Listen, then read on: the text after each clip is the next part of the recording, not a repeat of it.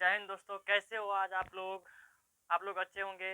आज मैं आप लोगों के समक्ष जीन पियाजे का जो स्टेजेस हैं वो लाए हैं। संज्ञानात्मक विकास का कितना अवस्था बताए थे और किस अवस्था में क्या क्या बच्चे में विकास होता है उसके बारे में हम लोग डिस्कस करेंगे। ठीक है,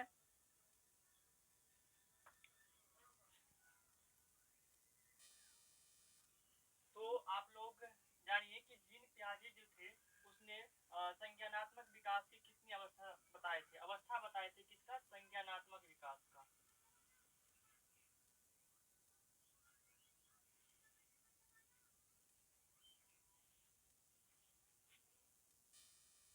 तो संज्ञानात्मक विकास के अवस्था के बारे में जीन पियाजे ने बताया था। और जीन पियाजे जो थे वो कहाँ के रहने वाले थे, तो आपको पहले वीडियो में बता चुका हूँ कि जीन पियाजे जो है वो स्विट्जरलैंड के रहने वाले थे। यानी इसका जो जन्म हुआ था, उसका जो जन्म हुआ था वो हुआ था 1886 में हुआ था, स्विट्जरलैंड में। यहाँ से क्वेश्चन बनता है। अब इसने क्या किया कि अपने 16 साल के बच्चे पर, अपने 3 बच्चे थे इनके, उसको 16 साल तक अध्ययन किया उसके मानसिक एबिलिटी का।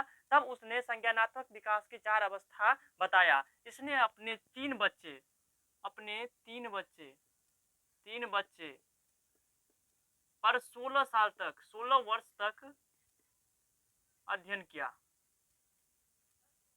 और अध्ययन करने के पश्चात इन्होंने अलग अलग आयु में बच्चे किस प्रकार से सीखते हैं, किस प्रकार से अपने संज्ञानात्मक क्षमता का उपयोग करते हैं, उसके आधार पर इन्होंने संज्ञानात्मक विकास के 4 अवस्थाएं बताए हैं।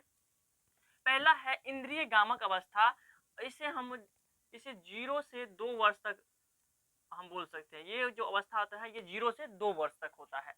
पूर्व संक्रियात्मक या अंतः प्रज्ञ काल को, इसको जो बांटा गया है, इसको बांटा गया है 2 to 6 तक, और 2 to 7 ले लो, 2 से 7 तक। और मूर्त अवस्था को बताया गया है 7 से 11 तक। और अमूर्त या औपचारिक संख्यात्मक अवस्था को बताया गया है 11 से ऊपर वाले को, 11 प्लस से। तो इन्होंने 4 अवस्था बताया है। अब हम जानते हैं कि एक एक प्रॉपर्टीज जानेंगे कि इंद्रिय गामक अवस्था में बच्चे किस प्रकार से सीखते हैं और इस स्टेज की क्या विशेषताएं हैं, सबसे पहले हम लोग जानते हैं। तो सबसे पहले इंद्रियां। तो इस अवस्था में बच्चे इंद्रिया के माध्यम से सीखते हैं। किसके माध्यम से सीखते हैं? इंद्रिय के, अधिक से अधिक इंद्रिया का उपयोग करके सीखते हैं। इंद्रिया जैसे कौन कौन हो गया? आप इंद्रिया की बात करते हैं तो जैसे कि आंख, नाक, कान, जीव, त्वचा, इसका अत्यधिक उपयोग करके बच्चे इसमें सीखते हैं। इसका मतलब ये हुआ कि जो इंद्रिय गामक अवस्था जो होता है, इसमें जो बच्चे जैसे कि जीभ के प्रयोग करके, चाहे त्वचा का, कान का, ये इस सारे चीज इसके एक्टिव होते हैं। यानी यदि ऐसा कोई अवस्था है जिसमें बच्चा ज्यादा सीखता है, तो ये अवस्था है आपका इंद्रिय गामक अवस्था। इसमें बच्चा ज्यादा सीखते हैं, यानी ज्यादा सीखने की अवस्था। यानी इंद्रिय गामक अवस्था को आप बोल सकते हैं कि बच्चे काफी तेजी से सीख सकते हैं। उसके बाद इसमें क्या होता है कि जैसे कोई भी क्रिया जो होता है वह शरीर के माध्यम से करता है। यानी छोटे छोटे क्रिया, जैसे इस अवस्था में बच्चे जो है क्रिया करके सीखते हैं, क्रिया करके। जैसे कि वो क्या करेंगे, कभी कभी लिखना, लिखना छोटा छोटा चीज जो होता है, यानी उंगलियों मुंह में लेना, उंगलियां मुंह में लेना, उंगलियां लेना, यानी ये सब उंगलियां मुंह में लेता है। और बच्चे को भूख लगते हैं तो इस अवस्था में बच्चे बोलते नहीं है, वो इशारे के माध्यम से व्यक्त करते हैं। जैसे कि इसको भूख लगने पर ये बच्चे क्या कर देते हैं, रोने लग जाते हैं। इस अवस्था में उसको मतलब ये एबिलिटी नहीं होती है कि उसको बोल करके बताए। इसमें भाषा का विकास इसमें उतना नहीं होता है, समझ गए। तो इसमें भाषा का विकास नहीं होता है। बच्चे को कोई चीज की जरूरत होती है तो वो रो करके, यानी क्रंदन, आप बोल सकते हैं कि इसमें क्रंदन होता है। यानी बच्चे रो करके बोलता है, क्रंदन, जिसे रोना बोलते हैं क्रंदन। रो करके बच्चे इसमें व्यक्त करते हैं, भूख लगने पर, भूख लगने पर। इसमें क्या होता है, एक और अवस्था है, प्रकाश के प्रति इसमें सचेत हो जाते हैं बच्चे। यानी जब ये इसको प्रकाश मिलता है तो उसमें क्या होता है, उसकी एक्टिविटी जो है कुछ अलग प्रकार से हो जाती है, यानी प्रकाश के प्रति सचेत होता है।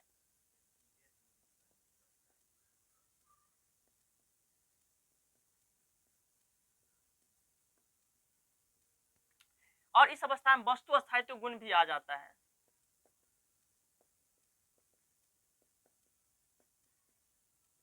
वस्तु स्थायित्व का मतलब समझिए कि उसके सामने यदि कोई खिलौना है तो खिलौना आप उसके सामने रख दिए, लेकिन उसको आप कहीं पे उसको क्या कहिए कि आप कहीं पे छुपा करके रख देते हैं, तो वो उसके लिए वो सोच में आता है कि वो खिलौना आपस में है, कहीं पर भी है, फिर वो क्या करते हैं कि उस खिलौना को ढूंढने लग जाते हैं। यानी वस्तु स्थायित्व का मतलब सामान्यतः यही होता है कि वो चीज वास्तव में यहाँ पे है, खिलौना है। ठीक है, वस्तु अस्थायित्व का गुण इसमें होता है, पाया जाता है। उसके बाद इसको और भी हम डिटेल से बोल सकते हैं कि इस अवस्था में जो है स्मृति और मानसिक निरूपण में से संबंधित होती है, यानी स्मृति और मानसिक निरूपण से संबंधित होती है, स्मृति और मानसिक निरूपण।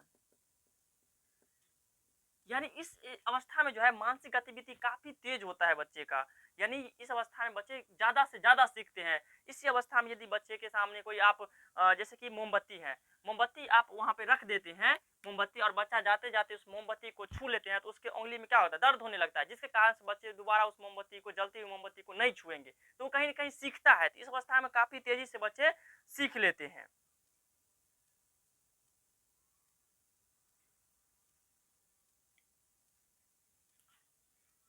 किसी ऐसा कौन सा अवस्था है जिसमें सबसे ज्यादा बच्चे सीखता है, तो वो है इंद्रिय गामक अवस्था है। इसमें देखिए आंख, नाक, कान इत्यादि का प्रयोग करके सीखेंगे, रोने पर, भूख लगने पर चिल्लाएंगे, प्रकाश के प्रति सचेत रहते हैं, वस्तु अस्थायित्व आ जाता है, स्मृति, मानसिक रूपन। इसमें क्या होता है, पुरुष संक्रियात्मक अवस्था में, इस अवस्था में यदि आप बात करते हैं तो इसमें बच्चे पड़ोस में मिल जाते हैं, इसमें पड़ोस में नहीं मिलते, इसमें बच्चे पड़ोस में आकर के मिल जाते हैं, मानी बच्चे पड़ोस में सीखते हैं, बच्चे पड़ोस मित्र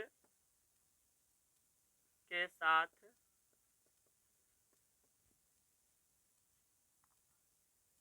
रहने लगते हैं। यानी अब बच्चे किस में आ गया, वो अपने परिवार से निकल करके पड़ोस में आ गया है। अब इसमें क्या होता है, इस अवस्था में क्या क्या बच्चे में विकास जो है वो पाया जाता है। इसमें क्या होता है कि बच्चे प्रतीकात्मक खेल खेलता है, समूह में खेलना पसंद करता है। इस अवस्था में बच्चे समूह में खेलना पसंद करते हैं, समूह समूह में खेलना पसंद करते हैं, बच्चे समूह में खेलना क्या करते हैं, पसंद करते हैं, समूह में खेलना।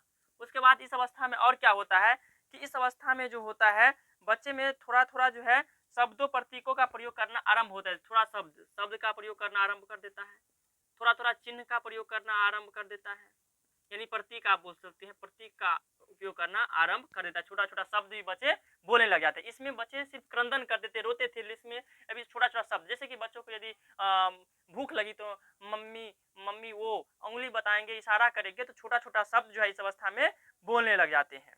उसके बाद है सही अनुपात का अंतर नहीं कर पाता है, सही अनुपात का अंतर नहीं कर पाता है, सही अनुपात का अंतर नहीं करते हैं। इसका मतलब क्या है, सही अनुपात का मतलब क्या होता है कि एक यहाँ पे सेम ये गिलास है और एक ये लंबा गिलास है लेकिन ये पतला है, दोनों में एक एक लीटर ही पानी आएंगे। तो इस अवस्था के बच्चा जो है वो बोलेंगे कि उससे पूछा जाएगा कि किस में ज्यादा पानी है, तो बच्चा ऑटोमेटिक जवाब देंगे कि इस गिलास में पानी ज्यादा है, यानी सही अनुपात का अंतर नहीं कर पाता है। उसके सामने यदि सेम क्वांटिटी को यदि रखा जाए अलग अलग चीजें में, तो जो लंबा होता है उसी को वो ज्यादा मानते हैं। तो कहीं ना कहीं सही अनुपात का अंतर नहीं होता है, आप इस एग्जाम्पल को लेकर के देख सकते हैं। इसको हम अतार्किक चिंतन की अवस्था कहते हैं, इसमें तार्किक चिंतन नहीं होता है, और तार्किक चिंतन की अवस्था, इस अवस्था को हम लोग बोलते हैं अतार्किक चिंतन की अवस्था, यानी इसमें तर्क वितर्क नहीं कर पाते हैं। उसके साथ साथ इसको हम और भी बोल सकते हैं इसमें बालक चित्र नहीं बना सकते हैं, बालक सही चित्र नहीं बना पाते हैं, सही चित्र नहीं बना पाते हैं। इसमें क्या होता है, बालक सही चित्र नहीं बना पाते हैं, क्योंकि क्या होते हैं कि उसके उंगली पर सही से काबू नहीं होता है, जिसके कारण वो सही से चित्र नहीं बना पाते हैं।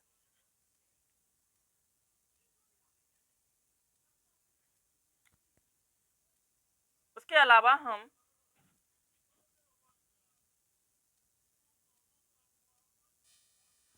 इसके अलावा इसमें क्या होता है कि विलोमता का गुण पाया जाता है, विलोमता का गुण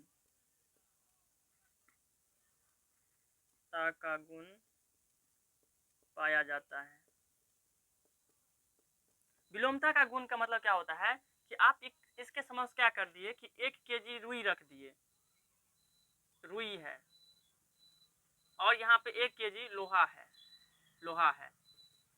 तो बच्चे क्या होता है कि रुई को ही ज्यादा मानेंगे, लोहा को कम मानेंगे, जबकि लोहा इससे ज्यादा भारी है, लेकिन रुई आकार बड़ा है। तो विलोमता का गुण इसमें पाया जाता है। उसके साथ साथ इसमें भाषा का विकास क्या होता है, भाषा का विकास आरंभ हो जाता है। भाषा विकास का सर्वोत्तम अवस्था, यानी यदि कोई भाषा बच्चा सीखता है तो इस अवस्था में बच्चे सबसे ज्यादा भाषा सीखने का अवधि कहा गया है 2 से 7 वर्ष, यानी पूर्व संज्ञात अवस्था में बच्चा भाषा का विकास सर्वोत्तम अवस्था माना जाता है इस अवस्था को। और वस्तुओं को पहचाने विभेद करने लग जाते हैं। इसमें क्या था कि वस्तु अवस्थाएं तो वस्तु को विभेद नहीं कर पाता था, लेकिन इसमें वस्तु का विभेद कर पाता है।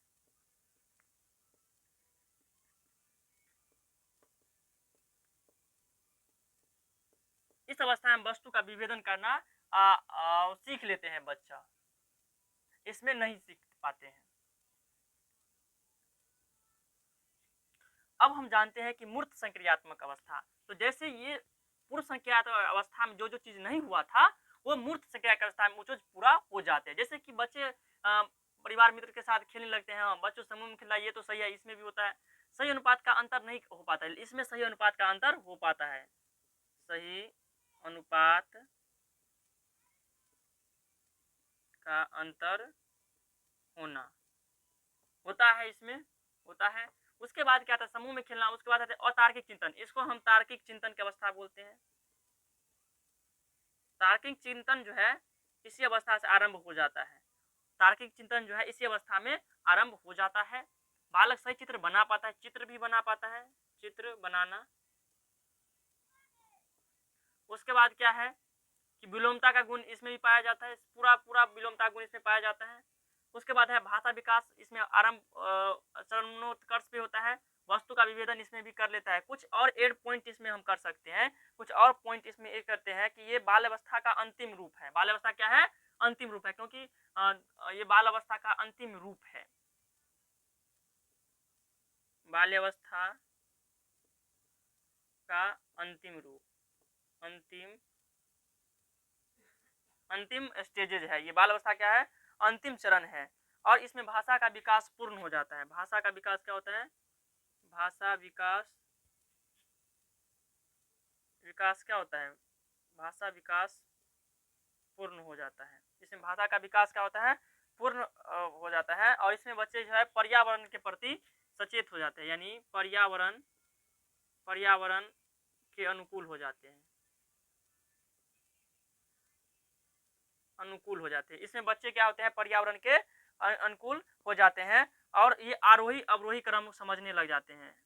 आरोही अवरोही क्रम जो है इसमें समझ आने लगते हैं। ठीक है, तो ये सारे चीज है इसमें। और उसके बाद इसमें आकार, रंग, रूप इत्यादि, जैसे कि इसमें आकार में परिवर्तन होता था, तो इसमें आकार का भी समझ, आकार सबका समझ आ जाता है। उसके बाद है औपचारिक संक्रियात्मक अवस्था, इस 11 वर्ष से ऊपर वाला है। तो औपचारिक क्या है, इससे भी बेस्ट चीज इसमें आ जाता है, जैसे कि ये चिंतन आरंभ हो जाता है। इसमें तार्किक चिंतन पूर्ण, मतलब तार्किक चिंतन का अवस्था कहा था, यानी तार्किक चिंतन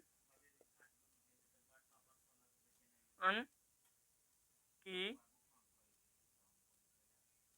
अंतिम अवस्था, अंतिम अवस्था ये तार्किक चिंतन की अंतिम अवस्था है। इसमें बच्चे तर्क वितर्क करने लग जाते हैं और इसमें क्या होता है कि बच्चे के प्रति अमूर्त चिंतन आरंभ हो जाते हैं। अमूर्त, अमूर्त चिंतन का मतलब होता है, मूर्त और अमूर्त में समझिए, मूर्त और अमूर्त में एक समझिए। मूर्त क्या होता है? मूर्त जो होता है, मूर्त के मतलब होता है कि सामने वो वस्तु रखा है, अमूर्त के मतलब वो सामने वस्तु नहीं रखा है।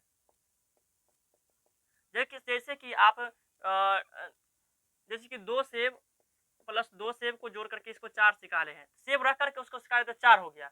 और इसी प्रकार हम सीधा बोलेंगे कि 2 और 2 कितना होता है, 2 और 2 कितना होगा, तो वो 4। तो इसमें ये वो कहीं न कहीं क्या है, ये चीज़ प्रेजेंट नहीं है, जो प्रेजेंट नहीं है उसके सामने नहीं है वो अमूर्त हो गया, जो उसके सामने है तो उससे जो सीखता है वो मूर्त होता है। तो कहीं न कहीं अमूर्त चिंतन की अवस्था इसे कहा गया है, यानी जो चीज़ नहीं होते हैं, यानी सोचने समझते सोच करके कोई भी जैसे कि फ़ॉर्मूला का यूज़ करना, बहुत सारे फ़ॉर्मूला का यूज़ करना, ये अमूर्त चिंतन की अवस्था कहा जाता है। जैसे कि फ़ॉर्मूला सब बनाना, फ़ॉर्मूला का उपयोग, फ़ॉर्मूला का उपयोग प्लस अ,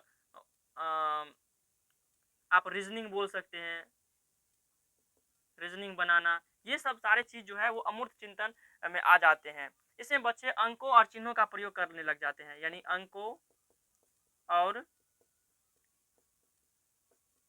चिन्हों का प्रयोग।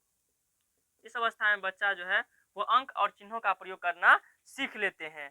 और इसमें बच्चा जो है वह पर्यावरण, इसमें जो होता है वातावरण, और इसमें बच्चा क्या है वातावरण के साथ अंतःक्रिया के फलस्वरूप वातावरण के साथ सामंजस्य बैठा लेते हैं।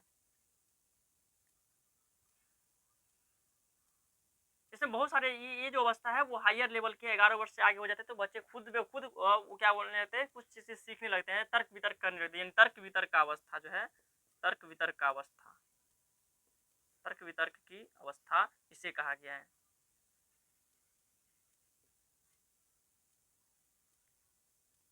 तो हमने बताया कि जीन पियाजे साहब का जो संज्ञानात्मक विकास है, कुल 4 अवस्था है, वो हमने डिटेल्स में बता दिया है। जैसे कि इसमें इंद्रिय गामक अवस्था लेख करके खेल कूद करके उंगली का प्रयोग करना, ये सब सीखता है। भूख लगने पर बच्चे इसमें रोने लगते हैं, लेकिन इसमें भूख लगने पर बच्चे कुछ शब्द का प्रयोग करने लग जाते हैं। उसके बाद है प्रकाश के प्रति सचेत हो जाते हैं, वस्तु अस्थायित्व गुण आ जाता है, स्मृति मानसिक निरूपण होता है, यानी सबसे तेज अवस्था सीखने का यही है 0 से 2 वर्ष।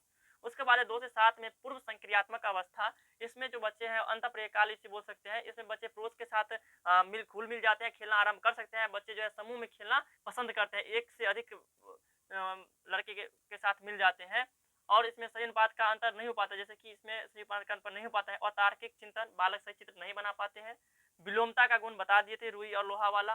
भाषा विकास का सर्वोत्तम अवस्था ये माना जाता है, वस्तु का विभेदन कर पाता है। मूर्त में क्या था कि सही अनुपात का अंतर होता है मूर्त में। और एक और इसमें है कि मूर्त अवस्था का मतलब ही होता है कि वास्तविक वास्तविक वस्तु की उपस्थिति। इसमें बच्चे के समक्ष आप कुछ भी सिखा रहे हैं तो उसको एक एग्जाम्पल सामने में लेकर के दिखाना पड़ता है। जैसे कि आप सिखा रहे हैं एक, तो एक सेब आप लेकर के दिखाओ, तब ये बच्चे इसमें सीखेंगे। लेकिन आप इसमें एक एक का डिजिट का प्रयोग कर सकते हैं, 1 + 2 + 3 का इसमें प्रयोग कर सकते हैं। लेकिन इसमें जो करेंगे तो उसको थोड़ा ये चीज़ आ जाता है, और समक्ष रख करके इसको प्रस्तुत करना पड़ता है। और है विकासपूर्ण आरोही अवरोही क्रम जो है ये समझ में आ जाता है। और ये है आपका औपचारिक और अमूर्त संक्रियात्मक अवस्था। इसमें तार्किक चिंतन की अंतिम अवस्था बोलते हैं, अमूर्त चिंतन आरंभ होते हैं, अंक और चिन्हों का प्रयोग कर लेते हैं, तर्क वितर्क की अवस्था इसको कहा गया है। तो हमने अच्छे से जीन पियाजे का जो अवस्था था, संज्ञानात्मक विकास की जो कुल 4 अवस्था था, उसको अच्छे से डील्स कर दिए हैं। यदि आप लोग को वीडियो अच्छा लगे तो जरूर लाइक, शेयर और सब्सक्राइब करिएगा, ताकि मेरा हौसला बुलंद हो और अच्छे से अच्छे कोशिश में वीडियो बना सकूं। वैसे मैं जानकारी के लिए बता दूं कि मेरा जो सीटेट का एग्जाम है वो क्वालिफाई मैं हो चुका हूं। फर्स्ट अटेम्प्ट में 104 मार्क्स आया था। हमने जो डीएलएड किया वो दरभंगा डाइट से किया, जो कि गवर्नमेंट कॉलेज होती है। उसमें लगभग 20,000 फी लगते हैं, फिर रिफंड आ भी जाते हैं। तो कहीं न कहीं ये चीज़ हमने गवर्नमेंट से किया है। तो आप लोग ये मत समझिए कि हम किससे एजुकेशन प्राप्त कर रहे हैं। आप ये समझिए कि हमें सीखने की मौका कहाँ से मिल रहा है। तब के लिए bye, and have a nice day to all of you.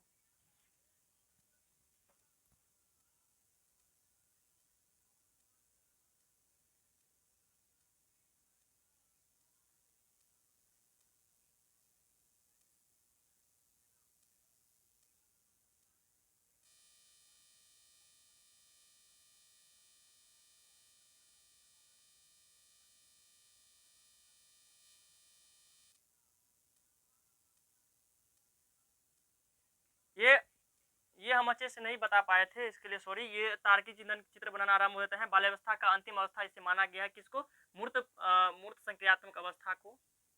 आप इसको ऐसे डील्स कर सकते हैं। आरोही अवरोही क्रम का जो है आकार समझ में आ जाता है। ये पूर्व संक्रियात्मक अवस्था है, ये इंद्रिय गामक अवस्था है,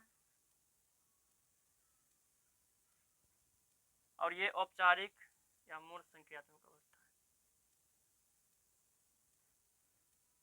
ठीक है, आप इसको स्क्रीनशॉट ले लीजिए और नोट बना लीजिएगा। ये स्क्रीनशॉट लीजिए आप अच्छे से।